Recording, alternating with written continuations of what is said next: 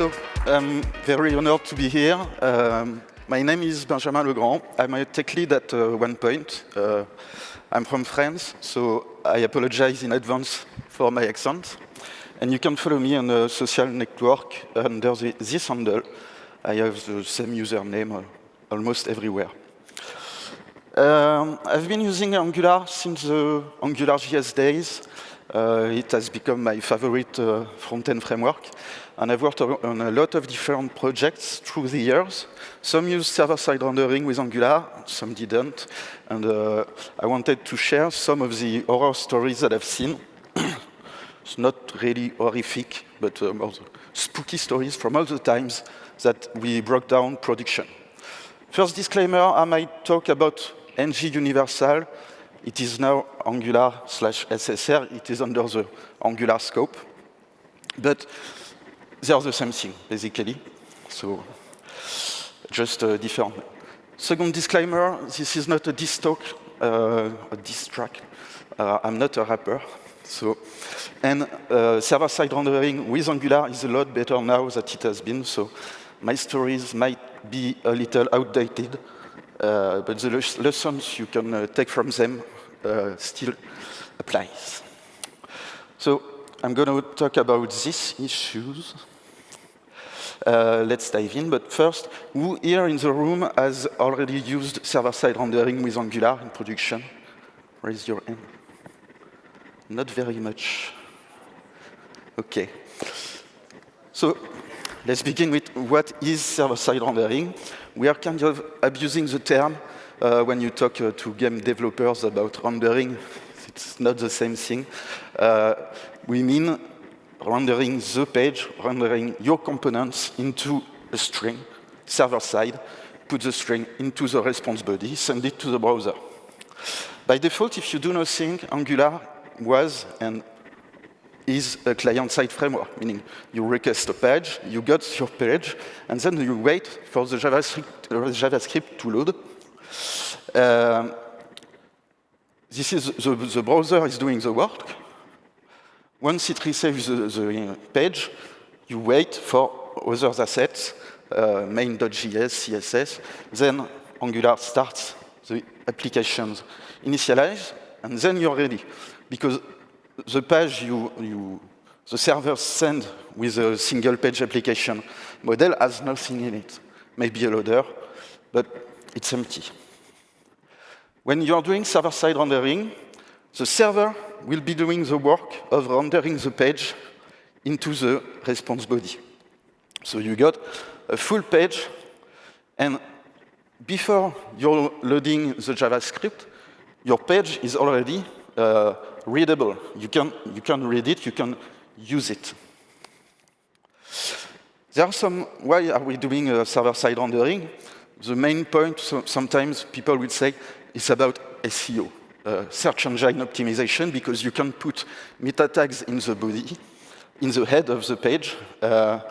It's not really true anymore. You can, search engine have evolved and are now able to run JavaScript, which was not the case before. The main point to me, it's about performance. It's mean you have the page already, so you can use it sooner. Your site also is usable earlier and accessible. I know it's kind of an unpopular opinion, but your site should be usable without JavaScript. Not the case often. And another really good advantage is that you code only once the same components for the server and for the client. If you ever worked in code bases where you had, I don't know, a Twig template rendering on PHP, or I don't remember Java server pages, and then you had another template engine on the client, this was kind of painful. We have some drawbacks and inconvenience. It's not for every application. If you've got a lot of forms, if you've got a lot of pages that needs authentication, it might not be useful.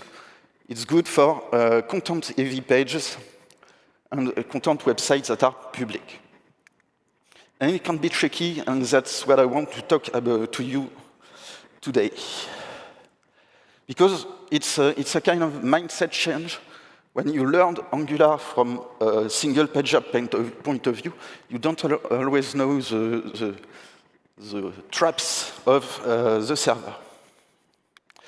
The main thing to know is that you've got two execution contexts: your browser, like in SPA, and the server. On the server, you have a runtime, often Node.js. I know now we've got Bun or Dino, but mainly it's Node.js on the V8 engine. And you do not have access to the same APIs.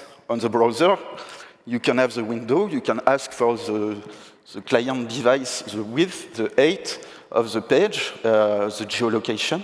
But on the server, you do not have all this. You have other APIs, notably the file system, or low-level operating system APIs. If you want to use server-side rendering with Angular today, you have a schematics. In your Angular app, it will add, this is by default the files you have. Once you run the schematics, you will have a new config specifically for server, a new entry point, the main.server.ts, the server.ts files, which is a Node.js application, and a specific TypeScript configuration for the server. Also, when you have built a server-side rendered app, you will have two distributions, two folders, one for the browser, one for the server. Now that I've told you this, let's dive in our first horror stories, which is about window. What was the context of this story? We had a big project. To me, it's a big project. A lot of developers, a lot of daily pull requests, merge requests if you are on GitLab, or change list if you're Google. And very fast code reviews, maybe a little too fast, because one time I was at my desk and a developer comes to me and says, oh, I've got an error on the page. I've got a window isn't defined error. Okay, then a second developer comes to me and says, same thing, the front end does not work. It displays the message, Windows isn't defined, without any stack trace, nothing. Then I have all the project on my back saying, we've got the same errors. So what happened? We had code review rules to check if we were using the window API or not. But what happens, it was someone added a third-party library, and this library was using the window object. Why did this happen? Because this was not the real root cause of the issue, because developers were not using the server-side rendering development mode, only single-page app, because it was slower at the time. It was not slower because of the dev tools, but because we were running it inside Docker on Windows machine. It was another issue. So what can you do to not have this kind of errors?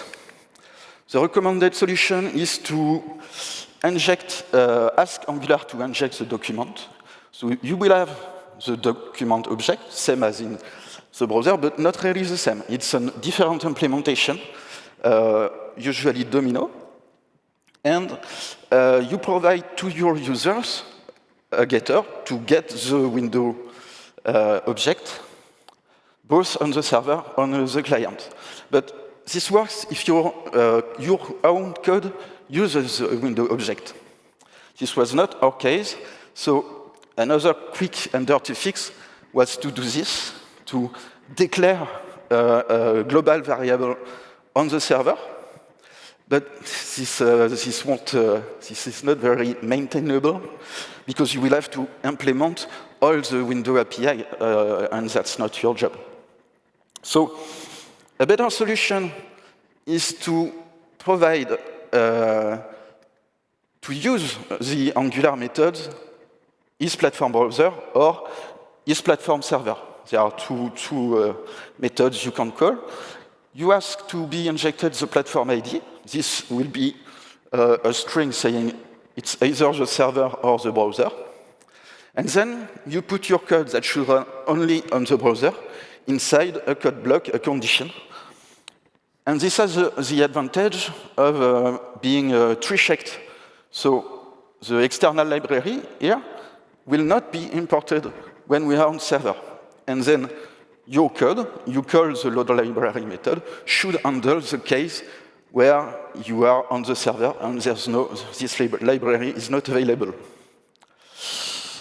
Do not do this, please. This is a very bad solution to this issue, where you replace at build time with another file. The issue with this is that you won't compile it, you won't load it during development mode. A better solution is to provide, if you have more code that needs to be different on the browser or on the server, is to provide two implementations from the same interface.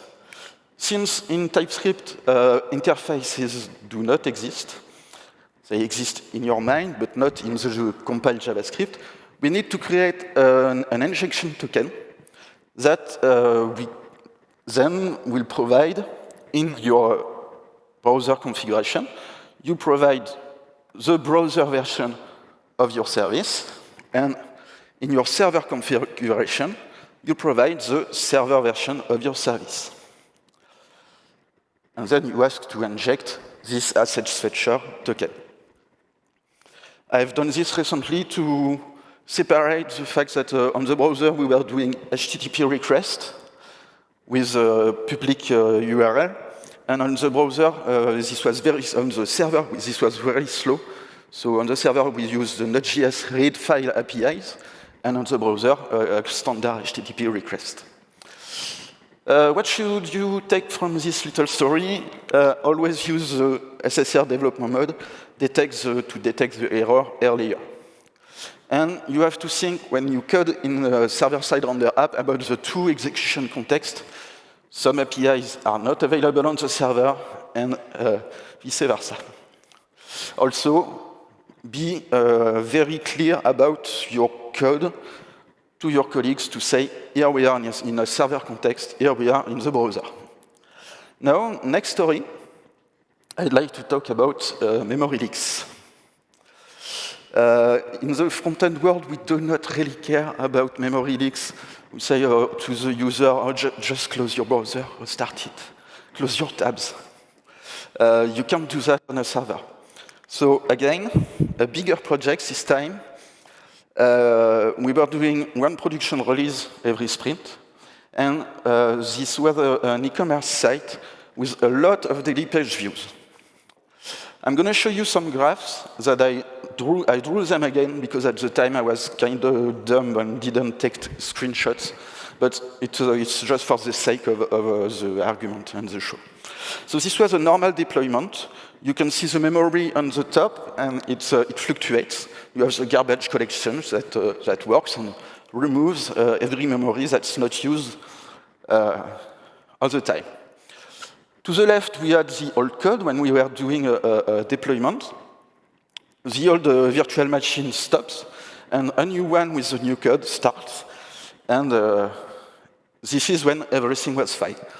In reality, we did not add two virtual machines, more about 2, 3 all the time to serve the page. So what happened? Once we release a new version, and the matrix goes like this. New virtual machines are spawned by the load balancing solutions, and the memory goes up, goes up, goes up until it crashes, and then another virtual machine starts. And this is a memory leak, and you do not want to have this happen on your servers. Because while the machine crashes, and the other starts, the requests sometimes are not answered. So, what was the root cause? Someone pushed this kind of code. Can you see the issues? We got a subscription that is not kept. So the return of the subscribe method, we forget it. And it's in the constructor of a service. So we have two services that knows about each other, and more importantly, we have two observables. And the observer pattern, ArcGIS, if you do not unsubscribe from it, it will leak because the two objects, the two methods knows about each other. So the observable knows about who is subscribed to its value, and the code that observes it knows about the observable. So when the garbage collection is run, it cannot split these two objects, and the two objects are kept in memory. There are other sources of memory leaks. I won't talk about all of them, but when you add an event listener, for instance, when you should remove it after. So the second issue was that it was provided in root. So every time a request was made, no matter the page, this was instantiated. So not very good. What can you do to not have this issue? Obviously, always unsubscribe. Always clean up behind you.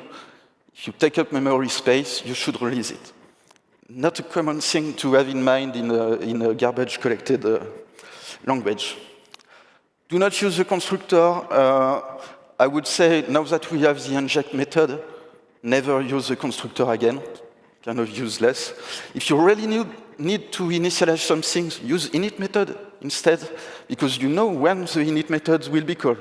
If you call the init in the ngOn init of a component, or in a router ground, for instance, this will be clear what are your intentions.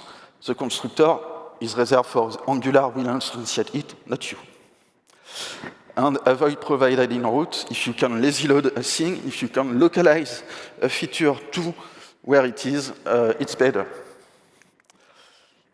Another story, another issue I encountered was on a small project, quite recent, 6-8 months of development. Just went to production, and I was asked to please fix the server-side rendered performance. So I investigate. For every request made to the server, it was always taking 10 seconds to respond. So this smells bad. So I investigate and found this particular code. First thing I notice, I have a number of retries. So this thing will keep retrying, and I have a sleep implementation based on set timeout, so it will wait artificially for some time. And then I stumble upon this method. This method was called in an app initializer. So every time the app was started, so every request, we sent a message to an iframe and wait for the application inside an iframe to respond. So this was where our 10 seconds were. What was the issue? Obviously, Zone.js, as we heard this morning. The main issue is when you are doing server-side rendering with Angular, Angular will wait for your application to become stable. So it will wait for any asynchronous task to finish. So if you start things with set timeout, with intervals on your server, you will delay things artificially. You do not need to wait for an iframe. More or less, there are no windows on the server. There are no iframe either. So this code was totally useless on the server. The solution is to avoid using them on server-side rendering. If really you need those methods, put them into his platform browser code. And that's it. So be careful with it, with timeout, interval, avoid artificially delaying the server response time. Another issue, another little story we've encountered, it has to do with an application that fetch JSON from an API, pretty standard. We were migrating each page one by one. So our backend service already existed and already had metrics and observability. We deploy a new thing. In reality, we activate a feature flag. And the metric shows that when we activate the Angular version server-side rendered, we had twice the load on the backend service.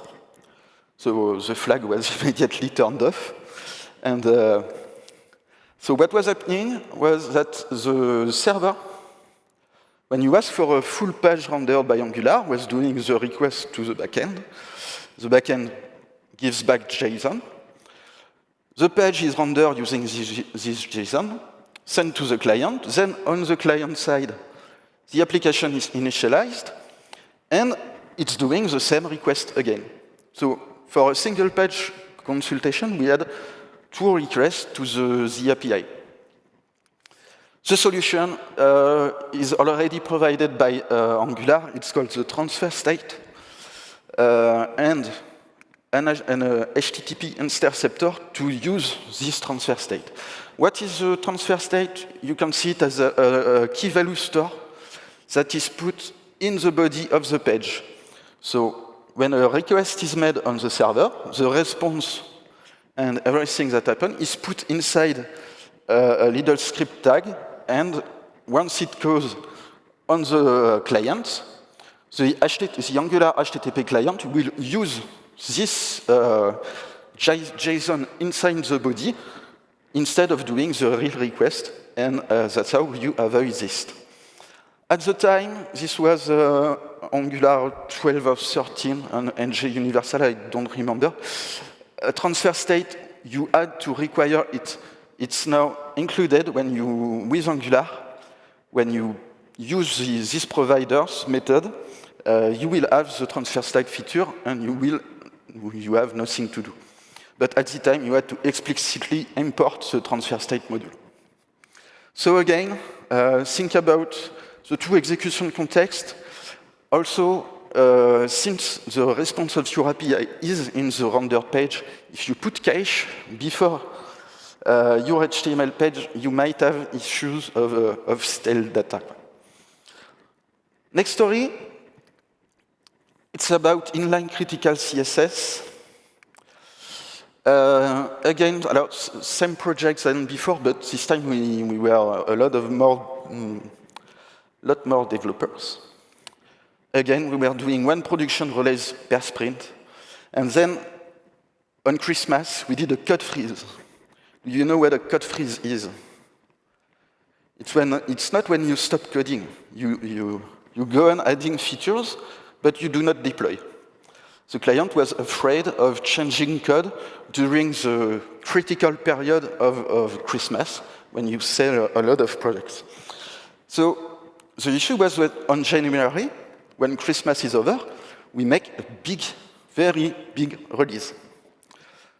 So what happened from this very big release? Again, this was a normal development baseline. And then we had the post-code freeze deployment. And we see the number of virtual machines goes from 2 to 8, 10 virtual machines.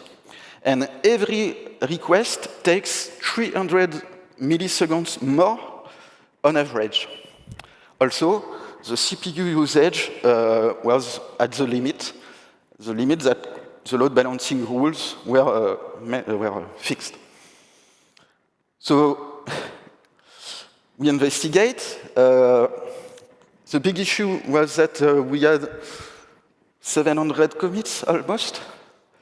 So Git bisect, if you don't know, it's a way to ask, where Git will ask you, does your starting commit, you said is good at the start, then you said if it's bad at the end, and it will split each time and ask you again for each commit, is your commit good, is your commit bad, and you reduce the size. The issue was that we didn't really know what we were looking for. But it helped narrow the search to some commits. And while we are looking for the issue, the app continues to cost the hosting. Client wouldn't want to roll back the code. We finally found something with a tool called 0x, which gives you a flame graph of what happens. You run your Node.js app with it, and it gives you a flame graph. And inside the flame graph, we see a lot of methods from the Critters library. So I didn't know what was Critters at the time, but this reminds me something. And what really was the issue was that there was an Angular 12 upgrade inside this big release with all our features.